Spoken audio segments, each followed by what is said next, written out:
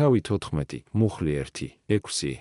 1. და იყო მორავი და იესოს ახსავის მემთავრისა ფარისეველისასა დღესა შაბათსა ჭამად პურისა და იგინი უმზირდეს მას. 2. და აჰა ესე რა იყო ვინმე კაცი წყლით მანკიერი წინაშე მისსა. 3. მიუგო იესო და ხრქუას ჯულის მოძღვართა მათ და ფარისეველთა, უკვე თუ ჯერ არს შაბათსა განკურნება. 4. ხოლო იგინი დუმნეს. და მოიყვანა კაცი იგი განკურნა და განუტევა. 5. და ხრქუა მათ, ვისი თქვენგანისა შვილი გინა არის შთავარდეს ჯურუმულსა, არამე მეხსეულად აღმოიქواس იგი დღესა შაბათსა. 6. და ვერ არა მიუგეს მას ამისთს. უფალმა თუმცა იცოდა ფარისეველთა გახრწნილება მაინც შედიოდა მათ სახლებში. შედიოდა იმიტომ რომ ზრუნავდა მათი სულების სარგებელზე, ვინაიდან მათ რომ მოესურვებინათ შეეძლოთ მიეღით სარგებელი თავისთვის მისი სიტყვებიდან და სწავლებიდანაც და სასწაულთა გამოვლენიდანაც.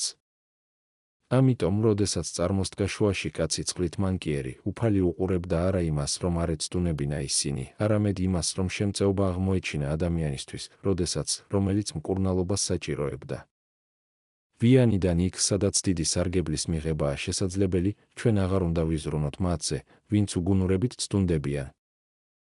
უფალი ამ ხელს იმათ უგუნურებას, ვისაც განზრახული ჰქონდათ ესაყვედურად მისთვის, ამიტომაც ეკითხება, შეიძლება თუ არა შაბათს განკურნება.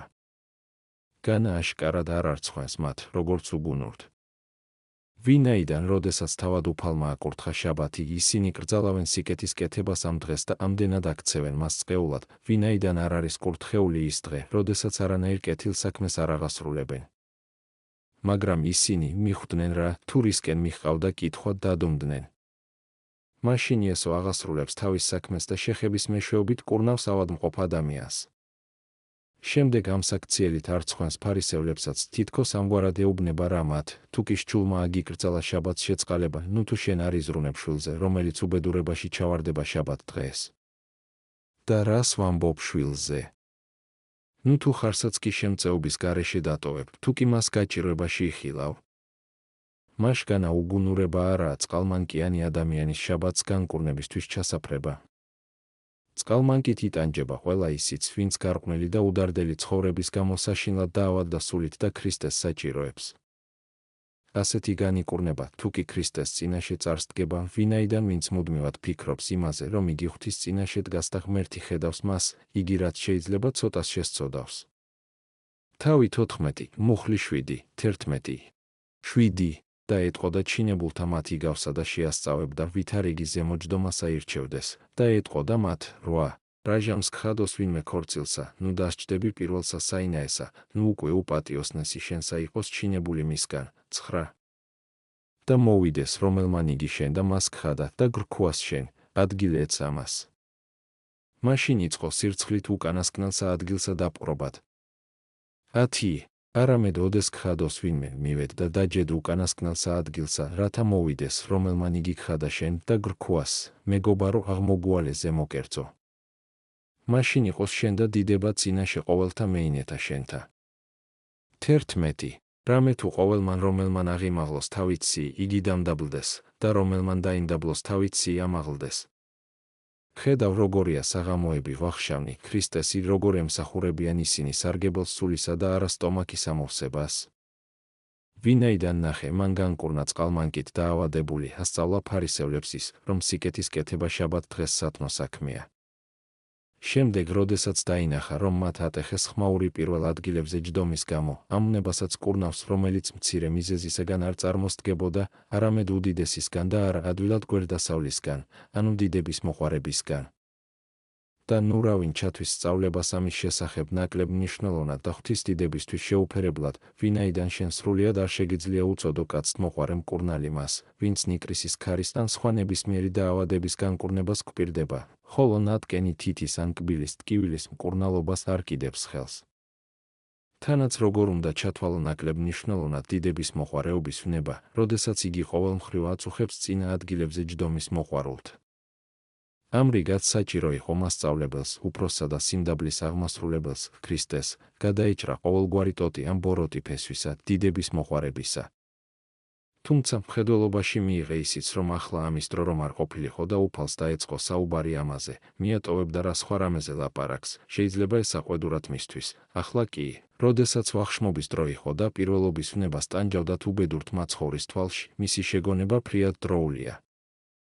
შეხედე მეორე მხრივ იმასაც, თუ როგორი დაცინვისგან ათავისუფლებს იგი ადამიანებს და როგორ ასწავლის კეთილგრძალულებას, ვინაიდან როგორც სირცხვილს სჭამ იმ შემთხვევაში, თუ კი დაიკავებ ადგილს, რომელიც შენთვის არაა განკუთვნილი, ხოლო შემდეგ მოვა ვინმე, შენზე უფრო პატივცემული და ის, ვინც დაგპატიჟა, გეტყვის, დაუთმე მას ადგილი, ეს კი შესაძლოა ხშირად მოხდეს და შენ უნდა დაუთმო, ხოლო ისინი უფრო წინ დასხდებიან, პირუკურ როგორი საქებარია, როდესაც პირველი ადგილის ღირსი თავიდან სხვებზე უკან დაჯდება.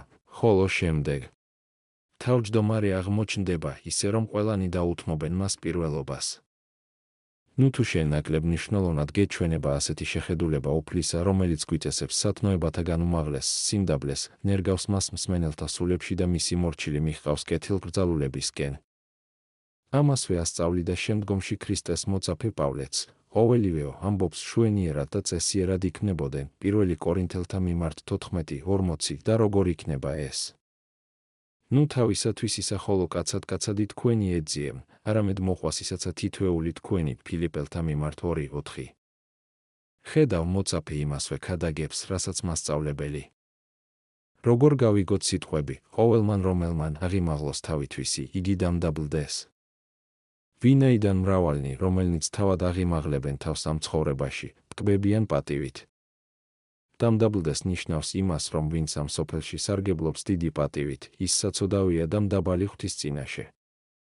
ამასთან ასეთ პატივში იმყოფება არა ბოლომდე და არა ყველასთან, არამედ რამდენადაც ერთნი პატივს მიაგებენ მას, იმდენად სხვები ლანძღავენ, შესაძლოა სწორედ იმათგან, ვინც პატივს მიაგებენ.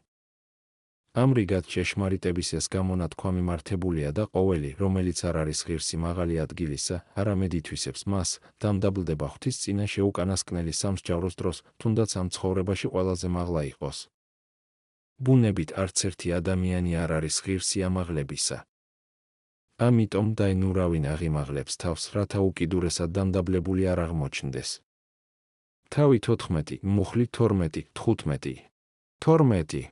ეტყოდა მასცა, რომელმან იგი ხადა მას, ოდეს ყოფდე სამხარსა გინას სერსა, ნუ ხადი მეგობართა შენთა, ნუცა ძმათა შენთა, ნუცა ნათესავთა შენთა, ნუცა მოძმეთა მდიდართა, ნუ უკვე მათცა კვალად გხადონ შენ და გექმნეს შენ მოსაგებელ. 13. არამედ ოდეს ყოფდე შენ სამხარსა, ხადე გლახაკთა უმეცართა, მკელობელთა და ბრმათა. 14. და ნეტარიყო, რამე თუ არა აქვს, რამცა მოგაგეს შენ და მოგეგოს შენ აღდგომასა მას მართალთასა. 15. ესმა ვისმე მის თანა მეინა ესა ესე და hrქვა მას, ნეტარ არს რომელმან ჭამოს პური სასუფეველსა ღმრთისასა. ვახშამზე მეინახეთა 2 ჯგუფი იყო, მასპინძლები და მოწვეულები. უფალმა თავდაპირველად მოწვეულებს მიმართა შეგონებით, ასწავლა მათ მაცხოვნებელი სიმდაბლე და უბრალო საკვები შესთავაზე, შემდეგ კი მის მომწვევს მიაგო პატივი და გამასპინძლებისთვის შეგონებით გადაუხადა, რათა მას არ მოეწყო წვეულებები რაიმე ადამიანური კეთილგანწყობის მოსაპოვებლად და მაშინვე არ დალოდებოდა მისაგებელს, ვინაიდან სულ მოკლენი ეპატიჟებიან რა მეგობრებს. ან და ნათესავებს ამას აკეთებენ სწრაფი მადლიერების მოლოდინში და თუ კი ვერ იღებენ მას ბრაზდებიან. დიდსულოვანი კი ითმენენ რა მომავალ ცხოვრებამდე იღებენ მისაგებელს მისგან, ვინც ჭეშმარიტად მდიდარია, ეფესელთა მიმართ 2:47. უფალი ამბობს რა ამას განგვაშორებს მეგობრული დამოკიდებულებით ვაჭრობისგან, ხოლო ვიღაცა მოისმინა რა ეს და იფიქრა, რომ უფალი პატივს მიაგებს და გაუმასპინძლდება მართლებს ხორციელი სანოვაგით თქვა, ნეტარ არს რომელმან ჭამოს პური სასუფეველსა ღმრთისასა. როგორც ჩანს იგი არ იყო სულიერი ადამიანი, რომ გაეგო, ანუ ადამიანურად მსჯელობდა. რადგანაც მშვენიერი ადამიანი ისეთია, რომ არაფერი ზებუნებრივი არ სწამს, ვინაიდან ყველაფერზე ბუნებრივი კანონებით მსჯელობს. ადამიანში არსებობს სამი მდგომარეობა: ხორციელი, მშვენიერი და სულიერი. ხორციელია, როდესაც ვინმე სურს დატკბეს სიამოვნებით და გაიხაროს, თუნდაც ეს სხვათათვის ბოროტების მიყენებასთან იყოს დაკავშირებული. ასეთია ყველა მომხვეჭელი. მშვენიერი მდგომარეობა, როდესაც ვინმეს არ სურს ნება მიაყენოს ვინმეს და არც თვითონ სურს მიადგეს. ასეთია ცხოვრება ბუნების კანონის მიხედვით, ხოლო სულიერი მდგომარეობა, როდესაც ვინმე სიკეთის გამო მზადა ზიანიც კი მიადგეს, ან შეურაცხყოფა დაითმინოს. პირველი მდგომარეობა ახლოსაა ბუნებასთან, საშუალო შეესაბამება ბუნებას, ხოლო მესამე ბუნებაზე მაღლა დგას. ყველა ვინც ფიქრობს ადამიანურზე და არ შეუძლია არაფერი ზებუნებრივის გაგება, მშვენიერად იწოდება. 1 კორინთელთა მიმართ 2:14 რამდენადაც მას მართავს სამშვენიერი და სული. მაგრამ როდესაც ვინმეს მართავს სული და უკვე თვითონ კი აღარ ცოცხლობს, არამედ ქრისტე ცოცხლობს მასში, გალატელთა მიმართ 2:20 იგი სულიერია, იგი ამაღლდა ბუნებაზე. ამრიგად ის ვინც იფიქრა, რომ წმინდანთა მისაგებელი გრძნობადი იქნებოდა, მშვენიერი იყო, ვინაიდან არ შეეძლო გაეგო რაიმე ზებუნებრივი. თავი 14 მუხლით 16:20 16 ხოლო თავად მან ხრქუა მას, კაცმან ვინმე იყო პური დიდი და მოუწოდა მრავალთა. 17 და წარავლინა მონაცი ჟამსაპურისასა, რათა ხრქუას ჩინებულთა მათ მოსვლად, რამე თუ, აჰა ესე რა პური ჩემი მზა არს ყოველი. 18 და იწყო თითოეულმან ყოველმან ჯმნად. პირველმან მან ხრქუა მას, აგარა კი ვიყიდე და უნებელი ზედამაც მისვლად და ხილად იგი. გლოცავ შენგან მიტევე, ჯმნულმცა ვარ შენგან. 19 და სხვამან თქვა, უღლეული ართა ვიყიდე 5 და მივალ გამოცდად მათა. გლოცავ შენ ჯმნულმცა ვარ. 20 და მერმე სხვამან ხრქუა, ცოლი შევირთე და მის გამო ვერელმე წიფების მოსვლად. რამდენადაც თანამე ინახე მუფლისა თქვა, ნეტარ არს რომელმან ჭამოს პური სასუფეველსა ღმრთისასა, ამდენად უფალი საკმაოდ ვრცლად ასწავლის მას რა უნდა ვიგულისხმოთ უფლის მიერ გამასპინძლებაში და წარმოთქვამს ამიგავს, უწოდებს რა კაც თავის კაცს მოყვარე მამას. ვინაიდან წმინდა წერილში, როდესაც არის მინიშნება ღვთისდამსჯელ ძალაზე, ღმერთი ლომად და ძუდათვადაა სახელდებული, ოსია 13:7-8, ხოლო როდესაც მხედველობაშია მისი კაცთმოყვარების გამომხატველი მოქმედების აღნიშვნა, მაშინ ღმერთი კაცის სახითაა წარმოდგენილი. ლუკა 15:11-24 ისევე როგორც ამ ადგილას. ამ სახლის მაშენებლობას ეწოდება დიდი წვეულება. წვეულება ეწოდება იმიტომ, რომ უფალი მოვიდა უკანასკნელ ჟამს და თითქოს და საუკუნის წვეულებისას, ხოლო დიდ წვეულებად იწოდება იმიტომ, რომ ჩვენი ხსნის საიდუმლო უცილებლად დიდია. ტიმოთეს მიმართ 3:16 და წარავლინა მონა თვისი ჟამსაპურისასა. ვინ არის ეს მონა? ძე ღმრთისა, რომელმაც მიიღო ხატი მონისა, გახდა რა კაცთა მსგავსი, ფილიპელთა მიმართ 2:7 და რომელზეც, როგორც კაცზე, ნათქვამია, რომ იგი წარმოგზავნილია. მიაქცია ყურადღება იმას, რომ უბრალოდ მონა კი არ არის ნათქვამი, არამედ თვისით მონა, რომელიც ჭეშმარიტი აზრით სათნო იყო ღმერთს ადამიანური ბუნებით და კარგად ემსახურა. ვინაიდან მასზე არა მხოლოდ როგორც ძეზე და ღმერთზე, რომელიც სათნო იყო მამას, არამედ როგორც კაცზეც, რომელიც მხოლოდ თავად დაემორჩილა უცოდველად ყველაფერი მას, რაც დაუდგინა და ამცნო მამამ და აღასრულა ყოველი სიმართლე. მათე 3:15 ნათქვამია, რომ იგი ემსახურა ღმერთსა და მამას. რის გამოც ჭეშმარიტი აზრით მონა ღმრთისა მხოლოდ მას ერთს შეიძლება ეწოდოს. წარავლინა იგი ჟამსაპურისასა, ანუ განსაზღვრულ და ხელსაყრელ დროს. ვინაიდან ჩვენი ხსნისთვის არც ერთი სხვა დრო არ იყო უფრო ხელსაყრელი, როგორც დრო ავგუსტუს კეისრის მეფობისა, როდესაც ბოროტებამ მწვერვალს მიაღწია და იგი უნდა დაცემულიყო. ისე როგორც ექიმები ტოვებენ ჩირქიან და ცუდ დაავადებას, სანამ იგი არ გამოიტანს მთელ ცუდ სისველეს, ხოლო შემდგე უკვე წამალსაც ადებენ, ასევე საჭირო იყო, რომ გამოაშკარავებულიყო ცოდვისათვის დამახასიათებელი ყველა სახეობა, რათა შემდგომ დიად მკურნალს დაედო წამალი. ამიტომაც მიუშვა უფალმა ეშმაკი, რომ აღევსო საწყაული ბოროტებისა და შემდგომ განკაცებულს ემკურნალა ბოროტების ყველა სახეობისთვის თავისი სრულიად წმიდა ცხოვრებით. მან წარავლინა ჟამსა, ანუ ამჟამინდელსა და შესაფერის დროს, როგორც დავითიც ამბობს, შეიბმახული წელთა შენთა, ძლიერო, შვენიერებითა შენითა, ფსალმუნი 44:4. მახვილი ეჭვგარეშეა ღვთის სიტყვა, წელით დაღინიშნება ხორციელი შობა, რომელიც აღესრულა ნაყოფის მომწიფებისას, ანუ შესაფერის დროს. წარავლინა რათა ხრქუას ჩინებულთა მათ მოსვლად. ვინ არიან ეს ჩინებულნი? შესაძლოა ყველა ადამიანი, რადგანაც უფალმა ყველას მოუწოდა მის შესამეცნებლად, ხილულსაგანთა კეთილად მოწყობითა, თუ ბუნებრივი კანონის მეშვეობით და შესაძლოა, უმეტესად ისრაელელთ, რომელთაც სჯულისა და წინასწარმეტყველთა მეშვეობით მოუწოდა. უპირატესად მათთვის ისრაელის სახლის ცხოვართათვის იქნა გამოგზავნილი უფალი, მათე 15:24. ის ამბობს, აჰა ესე რა პური ჩემი მზა არს ყოველი. ვინაიდან უფალი ყველას ახარებდა, მოახლოებულ არს სასუფეველი ცათა მათე 4:17 და იგი შორს თქვენს არს ლუკა 17:21, ხოლო მათგან იწყო თითოეულმან ყოველმან ქმნად, ანუ თითქოს და მოილაპაგომ ვერ გახდნენ ღიხსნის ერობათა. გემოს ხილვისა, ვინ სიმდიდრისა სიყვარულისა გამო, ვინ სიამოვნებათა სიყვარულის გამო, ვინაიდან იმათ ქვეშ, რომელთაგან ერთმა აგარაკი, ხოლო მეორემ 5 უღლეული ხარი იყიდა, შეიძლება სიმდიდრის მოყვარულნი ვიგულისხმოთ, ხოლო იმის ქვეშ, ვინც ცოლი შეირთო. გემოთ მოყვარე. თუ გინდა აგარაკის მყიდველის ქვეშ ის იგულისხმე, ვინც ამ სოფლიური ბრძნობის გამო არ იღებს საიდუმლოს ხსნისა. ვინაიდან მინდორი არის ეს სოფელი და საერთოდ ბუნება, ხოლო ვინც მხოლოდ ბუნებას უყურებს, ის არ იღებს ზებუნებრივს. ამრიგად ფარისეველმა შესაძლოა თვალი დარჩა რა აგარაკზე, ანუ აკვირდებოდა რა მხოლოდ ბუნების კანონებს არ მიიღო ის, რომ ქალწულმა შვა ღმერთი, რამდენადაც ეს ბუნებაზე მაღლა დგას. და ყველამ, ვინც თავს იწონებს გარეგნული სიბრძნით ამ აგარაკის და გამო, ანუ ბუნებაზე მიჯაჭვულობის გამო, არ აღიარეს იესო, ბუნებისგან მაახლებელი. 5 უღლეული ხარის მყიდველისა და გამომცდელის ქვეშ შეიძლება ვიგულისხმოთ ნივთიერზე მიჯაჭვული ადამიანიც, რომელმაც 5 მშვენიერი გრძნობა შეერთა ხორციელთან და სამშვენიერი ხორცად აქცია. ამიტომ როგორც მიწიერით დაკავებულს არ სურს სულიერ სერობებში მონაწილეობის მიღება, ვინაიდან ბრძენიც ამბობს, როგორ გახდება ბრძენი გუთნის დამჭერის სიბრძნე ზირაქისა 38:25. ხოლო ცოლის გამო განდგომილის ქვეშ შეიძლება ვიგულისხმოთ სიამოვნებათა ძლიერი მოყვარული, რომელიც დაუკავშირდა რა ხორცს, მოკავშირეს სამშვენივრისა და შეადგენს რა ერთმთლიანობას მასთან, როგორც მასთან შეერთებული არ შეუძლია სათნოეყოს ღმერთს. შეგიძლია ეს ყველაფერი სიტყვითაც გაიგო, ვინაიდან ჩვენ ვშორდებით ღმერთს როგორც წყვილი უღლეული ხარის, ასევე ქორწინების გამო, როდესაც მათ ვეჯაჭვებით, მათზე ვხარჯავთ მთელ სიცოცხლეს, მათ გამო ვშრომობთ თვით სისხლის დადენამდე, ხოლო ღვთაებრივს არაფერს, არც აზრს, არც გამონათქვამს არ გავიაზრებთ, არ გამოვიძიებთ.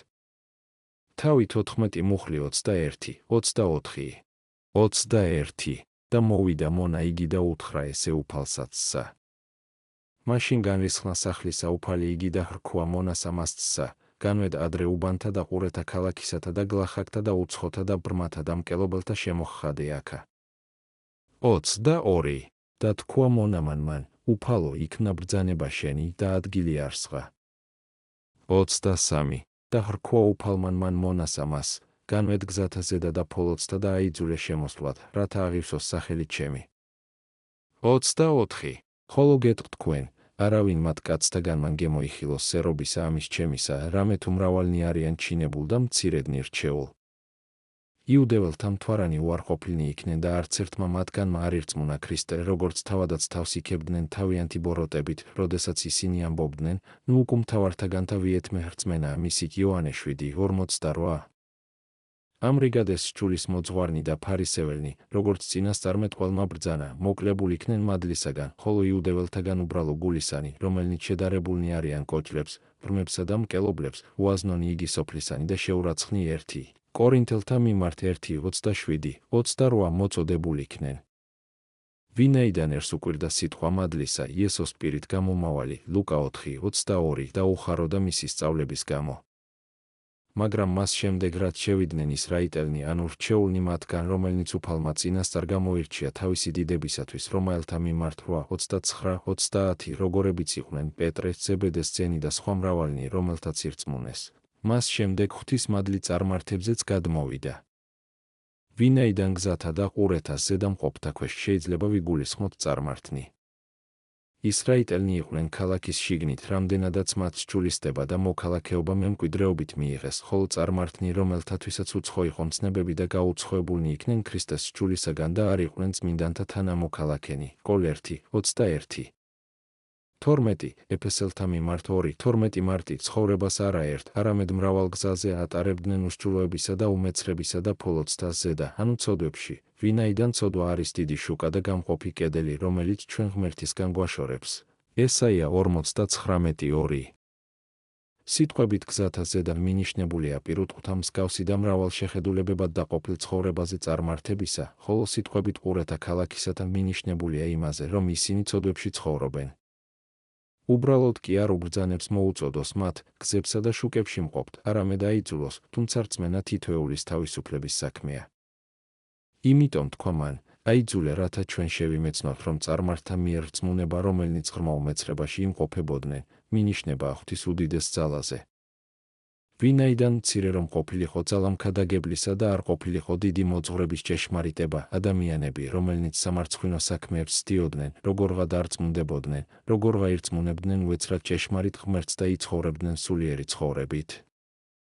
სურდა რა მიეთითებინა ამ მოქცევის სასწაულებრივ ხასიათზე, უწოდა კიდეც მას იძულება. თითქოს და ვინმეს ეთქვას, წარმართებს არც სურდათ კერპების და ხორციელ სიამოვნებათა დატოვება, მაგრამ მოძღვრების ჭეშმარიტების გამო იძულებულნი გახდნენ დაეტოვებინათ ისინი. ან და სხვაგვარად, სასწაულთა ძალა დიდად აღძრავდა ქრისტეს რწმენაზე მოსაქცევად. ეს სერობანი ყოველდღიურად განემზადება და ჩვენ ყველანი მოწოდებულნი ვართ სასუფეველში, რომელიც უფალმა ადამიანებს ჯერ კიდევ სამყაროს შექმნამდე განუმზადა. მათე 25-34. მაგრამ ჩვენ ვერ ხვდებით მისი ღირსნი, ერთნი ბრძნობისადმი ცნობის მოყვარეობის გამო, მეორენი ნივთიერისადმი სიყვარულის გამო, მესამენი ხორციელისადმი სიყვარულის გამო, ხოლო კაცთ მოყვარება უფლისა ამ სასუფეველს სხვა ცოდვილთ უბოძებს, რომელნიც ბრმანი არიან გონების თვალით, არ ესმით რა არის ღვთისნება, ან ესმით, მაგრამ კოჭლნი და უმოქმედონი არიან მის შესასრულებლად და გლახაკნი არიან, როგორც ზეციურ დიდებას მოკლებულნი და საფყარნი, როგორც ვერ აღმომჩენი საკუთარ თავში უბიცო ცხოვრებისა. ზეციური მამა სწორედ ამ ცოდვილთა, რომელნიც ცოდვის ფართო და ვრცელ გზებზე დაეხეტებიან, საკუთარი ძის სერობაზე მოსაწოდებლად გზავნის, რომელიც მონა გახდა ხორცით, მოვიდა წოდებად არა მართალთა, არამედ ცოდვილთა, მათე 9:13 და უხვად უმასპინძლდება მათ ნაცვლად გონიერთა და მდიდართა, მაგრამ მაამებელთა ხორცისა. მრავალს უგზავნის სნეულებებსა და უბედურებებს და ამის მეშვეობით აიძულებს უნებურად უარი თქვან ასეთ ცხოვრებაზე, იმ მხვედრთა მეშვეობით, რომელიც თავად უწყის და მოჰყავს ისინი საკუთარ სერობაზე, იყენებს რა უბედურებათა მოვლინებას მათ აღსაძრავად. ამის მაგალითი მრავალია. უფრო უბრალო აზრით იგავი გვასწავლის, რომ უკეთესია მივცეთ გლახაკთა და საფყართ, ვიდრე მდიდრებს, რაშიც უფალი ცოტა ზემოთ გვარწმუნებდა. როგორც ჩანს, ამასთან დაკავშირებით თქვა ეს იგავიც, კიდევ უფრო მეტად დასარწმუნებლად იმაში, რომ გლახაკებს უნდა გაუმასპინძლდეთ. ამ იგავით კიდევ სხვა რამეს ვსწავლობთ, კერძოდ, რომ ჩვენ ისე გულმოდგინენი და უხვნი უნდა ვიხოთ ჩვენი უმცროსი ძმების მისაღებად, რომ უნდა დავარწმუნოთ ისინი გახდნენ ჩვენი სათნოებების თანამონაწილენი მაშინაც, როდესაც მათ არ სურთ. ამაშია მასწავლებელთათვის ძლიერი შეგონება, რათა ისინი ასწავლიდნენ თავიანთ მოწაფეებს მართებულს, მაშინაც კი, როდესაც მათ ეს არ სურთ. თავი 14, მუხლი 25, 27. 25 და შეკრბებოდა მისა ერი მრავალი, მიექცა და ხრქვა მათ, 26. რომელი მოვალს ჩემდა და არა მოიძულოს მამაცი და დედაცი და ცოლი და შვილი და ძმანი და დანი და მერმე კვალად სულიცად ცი, ვერ ელეციფების მოწაფე ყოფად ჩემდა. 27 და რომელმან არა აღიღოს ჯვარიცი და შემომიდგეს მე, ვერ ელეციფების მოწაფე ყოფად ჩემდა. ვინაიდან მათგან ვინც იესოს დაჰყვებოდა, მრავალნი მისდევდნენ არა მთელი გულმოდგინებითა და თავგანწირვით, არამედ ჰქონდათ ძალიან გულგრილი დამოკიდებულება, ამდენად იგი ასწავლის რა თუ როგორი უნდა იყოს მისი მოწაფე, გამოთქვამს თავის აზრებს ამის შესახებ. თითქოს და გამოსახავს და ასურათხატებს მას, ამტკიცებს რა რომ მან არა მხოლოდ თავის გარეშე მყოფი ახლობლები უნდა მოიძულოს, არამედ საკუთარი სულიც. ფრთხილად იყავი საკუთარი უბრალოებითა და გამოცდილებით, არც თუნდე ამ გამონათქვამით. ვინაიდან კაცთ მოყვარე არა ადამიანურობას ასწავლის, არა თვითმკვლელობას გვინერგავს, არამედ სურს, რომ მისმა გულწრფელმა მიმდევარმა მოიძულოს თავისი ახლობლები მაშინ, როდესაც ისინი ხელს უშლიან ღვთის თაყვანისცემის საქმეში და როდესაც ის მათთან ურთიერთობისას აწყდება სიძნელეებს სიკეთის აღსრულებაში. პირიქით, როდესაც ისინი არ უშლიან ამას, იგი ასწავლის მათ პატივისცემას უკანასკნელ ამოსუნთქვამდე და როგორ ასწავლის. ყველაზე უკეთესი სწავლებით, ანუ საკუთარი საქმეებით, ვინაიდან ის ემორჩილებოდა იოსებს, ლუკა 2:41, მიუხედავად იმისა, რომ იგი არ იყო მისი მამა ამ სიტყვების ნამდვილი მნიშვნელობით, არამედ მოჩვენებითი და საკუთარ დედაზეც მუდამ ბევრს სრუნავდა ისე, რომ ჯვარზე დაკიდებულმა კი არ დაივიწყა იგი, არამედ თავის საყვარელ მოწაფეს ჩააბარა, იოანე 19:26-27. მაშ გვასწავლის რა ერთს საქმით, როგორ ვაშთაგვაგონებს სიტყვებით სხვას. არა, არამედ როგორც ვთქვი. იგი გვამცნებს მოვიძულოთ მშობლები მაშინ, როდესაც ისინი საფრთხეს უქმნიან ღვთის თაყვანისცემას, ვინაიდან მაშინ ისინი უკვე არ არიან მშობლები, არ არიან ახლობლები, როდესაც გვეწინააღმდეგებიან ასეთ სასარგებლო საქმეში. ჩვენს მიერ მტკიცებული იქიდანაც ჩანს, რომ გვემცნო მოვიძულოთ საკუთარი სული, ვინაიდან ამ მცნებით უეჭველია, გვებრძანა არა თავის მოკვდინება, არამედ იმ მშვინვიერ სურვილთა დატოვება, რომელნიც ღმერთს გვაშორებენ და რომ არ ვიზრუნოთ სამშვინვალზე, სიცოცხლეზე, თუ კი ტანჯვა გვხვდება წილად, ოღონდაც წინ საუკუნოს შეძენა გველოდეს, ხოლო უფალი რომ ამას გვასწავლის და არა თვითმკვლელობას, ამას თავადვე გვიჩვენებს, ჯერ ერთი იმით, რომ როდესაც ეშმაკი განსდიდა რა სთავაზობდა მას გადაეგდო თავი ტაძრის ქიმიდან უფალმა. უარყო ცდუნება მათეო 4:5-7 და მეორეც იმით, რომ იგი არ უგდებდა თავს იუდეველს ყოველთვის, არამედ განეშორებოდა და გაივლიდა რა მათ შორის მიეფარებოდა ხოლმე მკვლელთა თვალთაგან. ლუკა 4:30.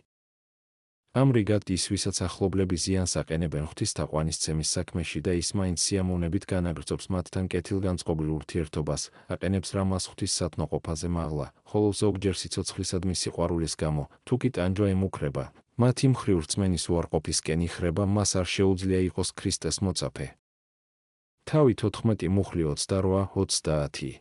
28. ვისმე უკვე თქვენგან საუნდეს გოდოლი შენებად, არამეა პირველად დაჯდეს და აღრაცხოს, რაოდენი წარაგოს უკვე თუ აქუს, რათა კმაეყოს მას აღსრულებადმდე. 29. ნუ უკვე დადვას საფუძველი და ვერ შეუძლოს აღსრულებად მისა და ყოველნი რომელნი ხედვიდენ მას, იწყონ კიცხევად მისა. 30. და თქვან ვითარმეთ, კაცმან ამან იწყო შენებად და ვერ შეუძლო აღსრულებად. იგავით გოდოლის შესახებ უფალი გვასწავლის, რომ ჩვენ, ერთხელ გადავწყვეტთ რა მივხვეთ მას, შევინარჩუნოთ ეს განზრახვა და მხოლოდ საძირკველი არ ჩაუყაროთ, ანუ დავიწყოთ მიყოლა და ბოლომდე კი არ მივხვეთ, როგორც სათანადო მომზადებისა და გულმოდგინების არ მქონეებმა. ასეთები იყვნენ ისინი, ვისაც იოანე მახარებელი ამბობს, მრავალნი მოწაფეთა მისთაგანი უკუნ იქცეს იოანე 6:66 და ყოველი ადამიანი, რომელმაც სათნოების ქმნა გადაწყვიტა, მაგრამ ღმრთაებრივ ცოდნამდე ვერ ამაღლდა. რამდენადაც სათნოების ქმნა დაიწყო არასრულყოფილად და უგუნურად, აშენებს არასრულყოფილად, რამდენადაც არ შეუძლია მისწვდეს გოდოლს უმაღლესი ცოდნისა, რის გამოც მისი მაცქერალი ადამიანებისა და ეშმაკების დასაცინი ხდება და სხვაგვარადაც.